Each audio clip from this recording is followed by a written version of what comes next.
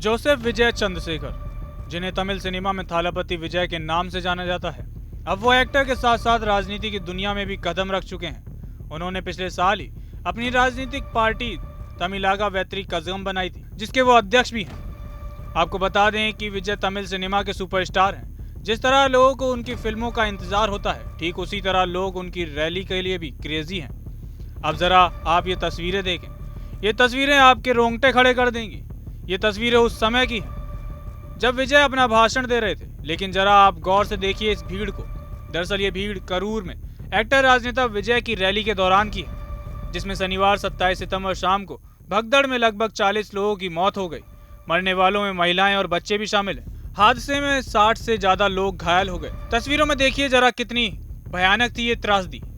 विजय की रैली में इतनी भीड़ उमड़ पड़ी कि लोग एक दूसरे के ऊपर चढ़ने लगे। धीरे धीरे भगदड़ मच गई। बताया जा रहा है कि रैली के लिए 10,000 लोगों की परमिशन थी। प्रशासन को 50,000 लोगों के जुटने का अनुमान था, लेकिन वहां करीब 1,20,000 लोग एकत्र हो गए। भीड़ में फंसने से कई लोगों को सांस लेने में परेशानी हुई और कई लोग और कार्यकर्ता बेहोश होने लगे। हालात बिगड़ते देख विजय ने भाषण रोक दिया और लोगों से शांति की अपील की। इसके बाद वे भाषण छोड़कर निकल गए। भगदड़ मामले पर कमल हासन का टूटा दिल। थालापति विजय की रैली में हुई इस घटना पर अब कमल हासन ने अपना पहला रिएक्शन भी दिया है और पीड़ितों के लिए अपनी संवेदना व्यक्त की है। सोशल मीडिया प्लेटफॉर्म एक्स पर तमिल में पोस्ट करते हुए कमल हासन ने कहा, मेरा दिल कांप रहा है। करूर से आ रही खबर सुनकर मुझे बहुत दुख और हैरानी हुई है।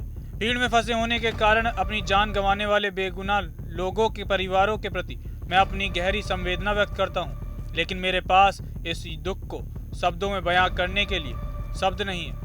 अपने ट्वीट में आगे कमल हासन ने सरकार से निवेदन किया कि घायलों को उचित इलाज मिले। उन्होंने कहा, मैं तमिलनाडु सरकार से आग्रह करता हूं कि भीड़ से निकाले गए लोगों को उचित इलाज मिले और प्रभावित लोगों को पर्याप्त राहत दी जाए। कमल हासन से पहले खुद थालापति विजय ने भी इस मामले पर अपना रिएक्शन दिया था। उन्होंने कहा था कि इस घटना से उनका दिल टूट गया है। उनके दिल में इतना दुख है कि वह इसे बयां भी नहीं कर पा रहे हैं। हालांकि ये पहला मौका नहीं है जब इस तरह से भीड़ इकट्ठा हुई हो और भगदड़ मच गई हो। इससे पहले भी ये हमने देखा है, फिर चाहे वो महाकुंभ हो या फिर आरसीबी की विक्ट्री परेड के दौरान हुई भगदड़। इस तरह से भगदड़ की फहरिस्त काफ़ी लंबी है, लेकिन ऐसे में सवाल उठता है कि आखिर इसका जिम्मेदार कौन है? कौन लेगा इसकी जिम्मेदारी? क्यों बार बार इस तरह से भगदड़ का शिकार हो जाते हैं निर्दोष लोग? क्या ये नाकामी है हमारी सुरक्षा व्यवस्था की? क्योंकि इतनी ज़्यादा भीड़ का इकट्ठा होना और उसको कंट्रोल करना बहुत ही मुश्किल काम होता है, लेकिन बार बार इस तरह से होना क्या दर्शाता है? इसका जवाब आप हमें कमेंट सेक्शन में जरूर दें। ब्यूरो रिपोर्ट, जनतंत्र टीवी।